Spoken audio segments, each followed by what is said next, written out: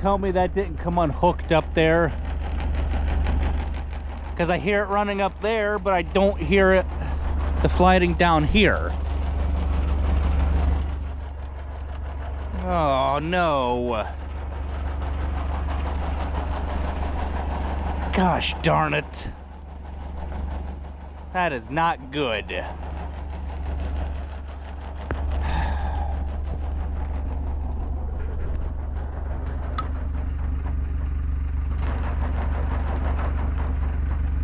Uh-oh. Well, that is not supposed to be two pieces.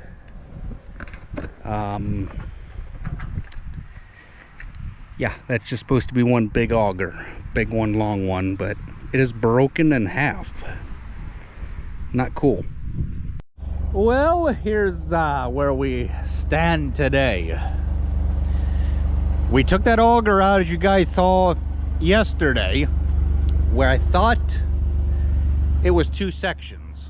All right, up there at the middle, I thought there was a joint up in there. Turns out there's no joint. It is one long solid auger that goes up the window there, okay, into the building.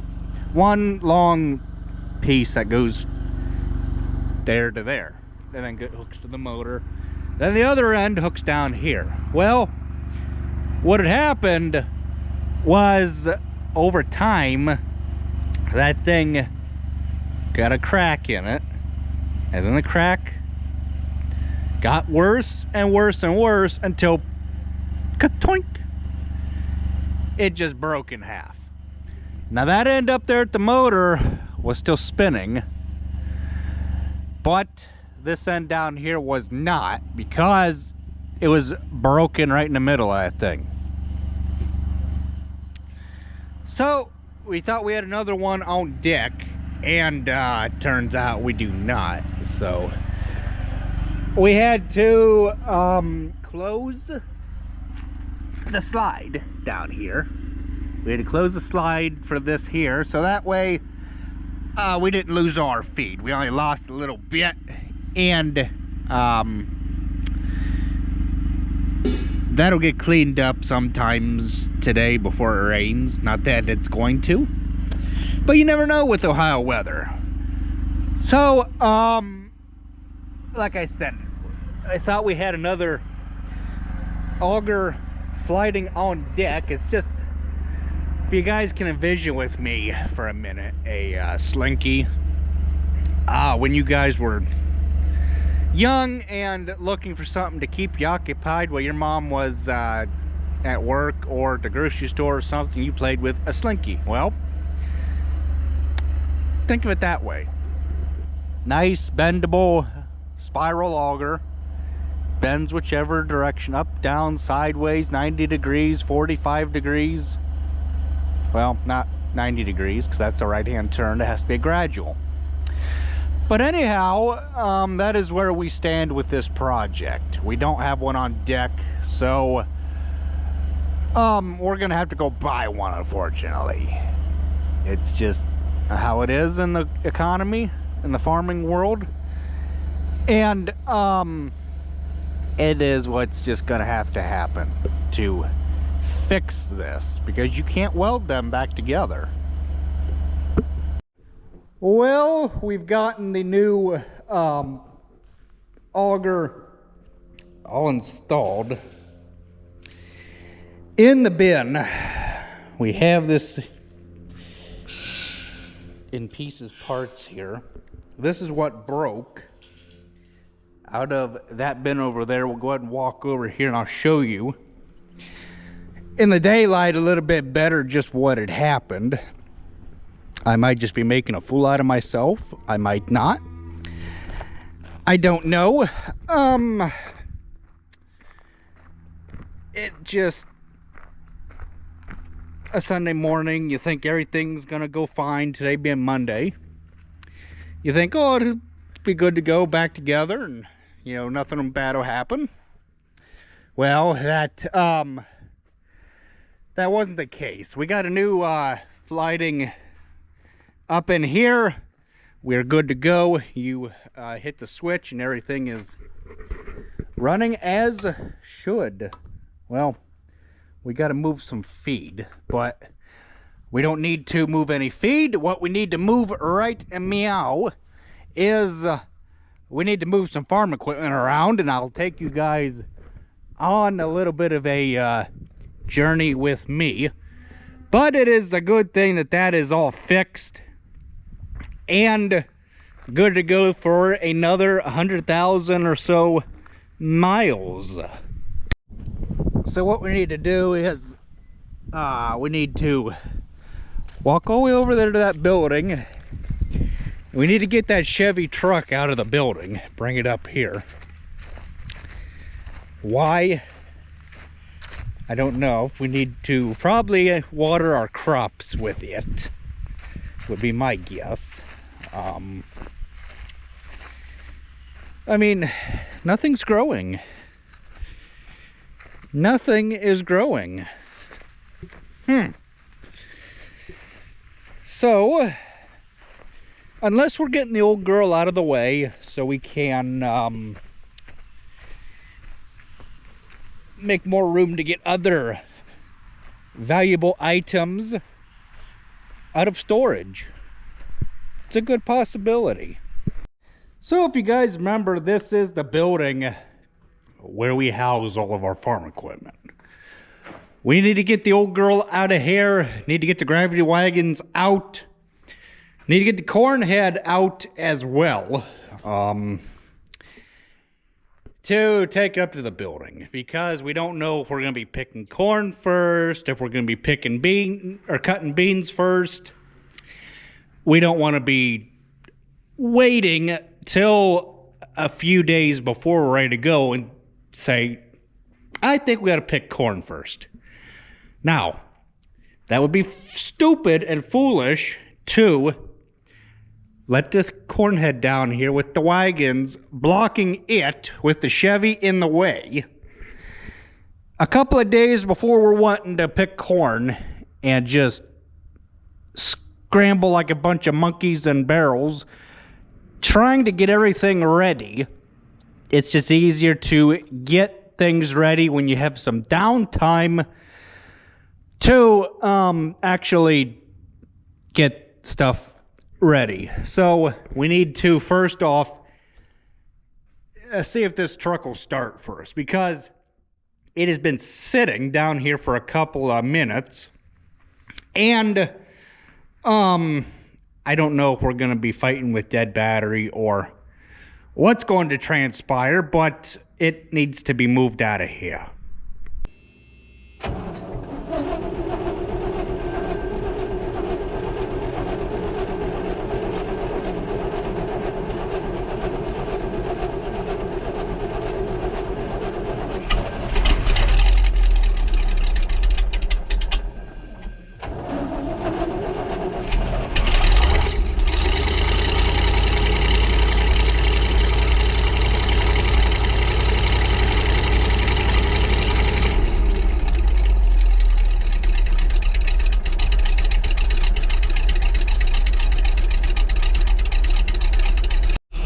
Took a minute to get it started, but that's how everything is when you let it sit.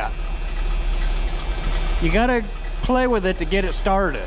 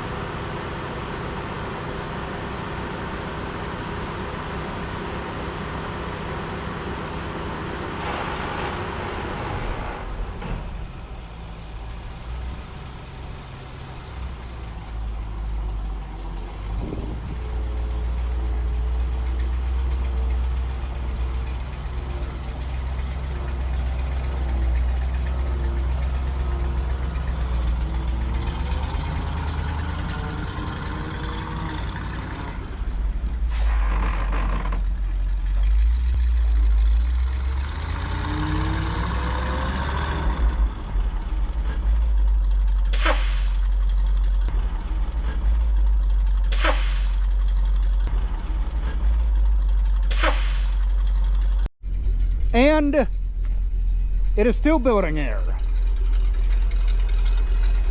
Huh. That is interesting. I was able to release the park brake and put the thing in gear and go. But we got it out. I will just leave those doors open so that way I can come back down here with a tractor and get them wagons out, provided the cows do not find the inside of the building. So we'll take this thing on up and put it in the building, and then we'll bring a tractor back with us. Maybe he's gonna have me water the pasture. Maybe he's gonna have me water the pasture. I would like to bet that he's gonna have me water the cow pasture. That's possible. I mean, we've done crazy things before like that. That sounds like a good idea. Me watering the cow pasture.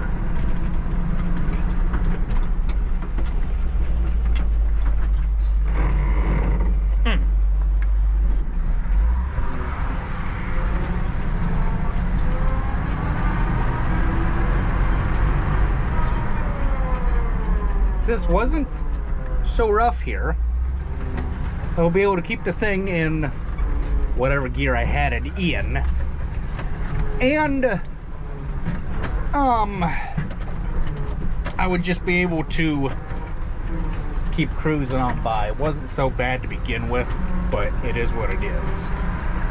Just a beautiful day to be driving an old truck. They don't make them like this anymore. It's a darn shame.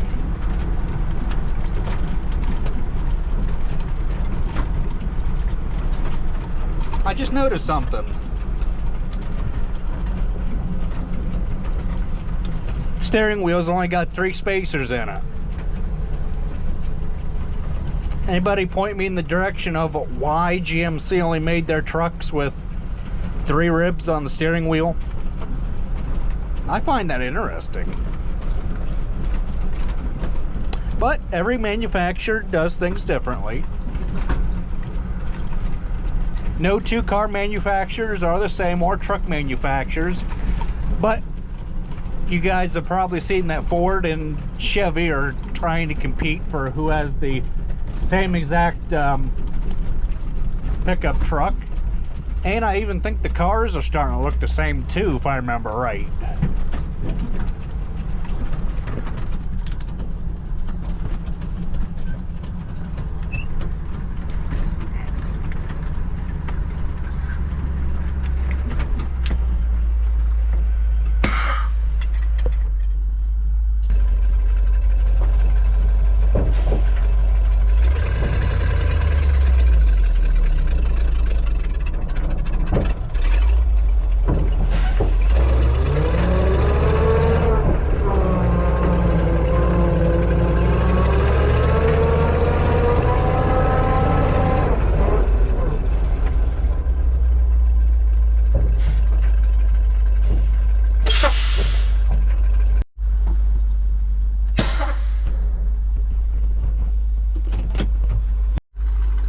I just like taking it all in. Every opportunity I can get.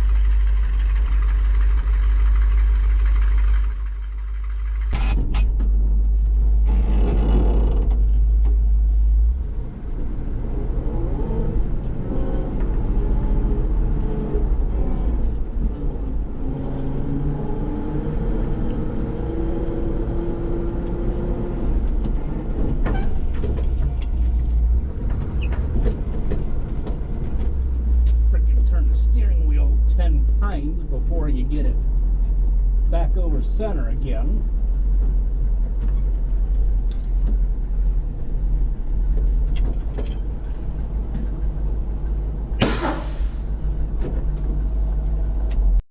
So now we're gonna go get that 3010.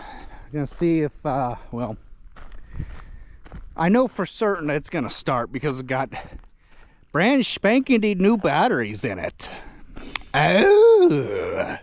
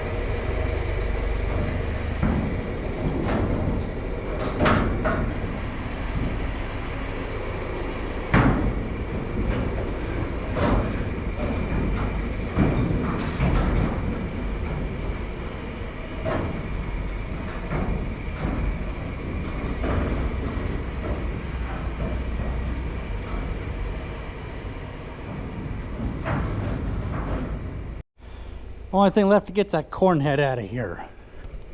So they come out very nicely.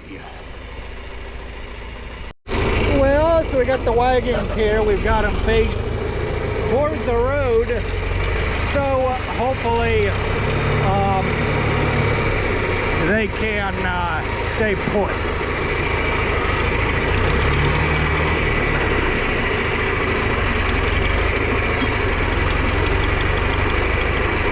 I always try to go across this here sideways, kind of a little bit of an angle, so that way it don't get so tippy on me.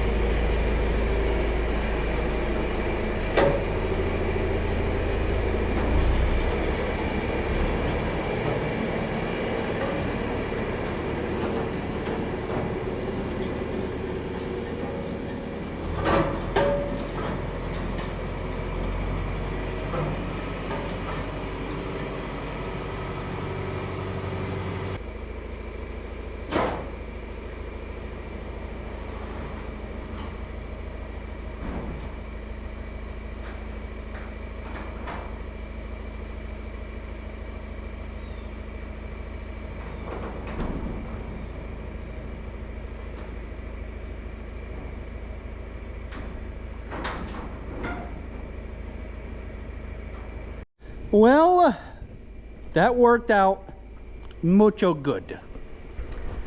I'm very pleased at how well everything went in order to get everything out without anything getting hurt.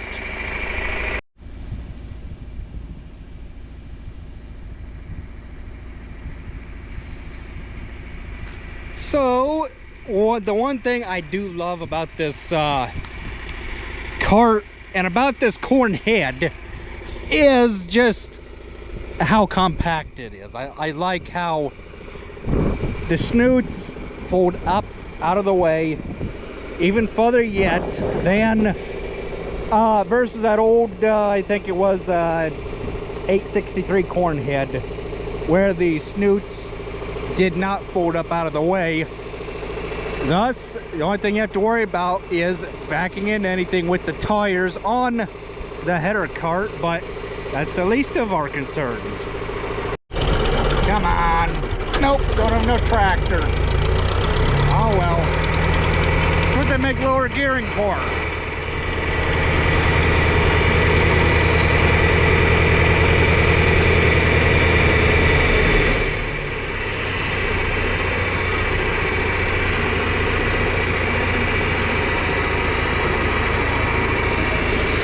I'll probably just put it right here for right now until we decide where to put it.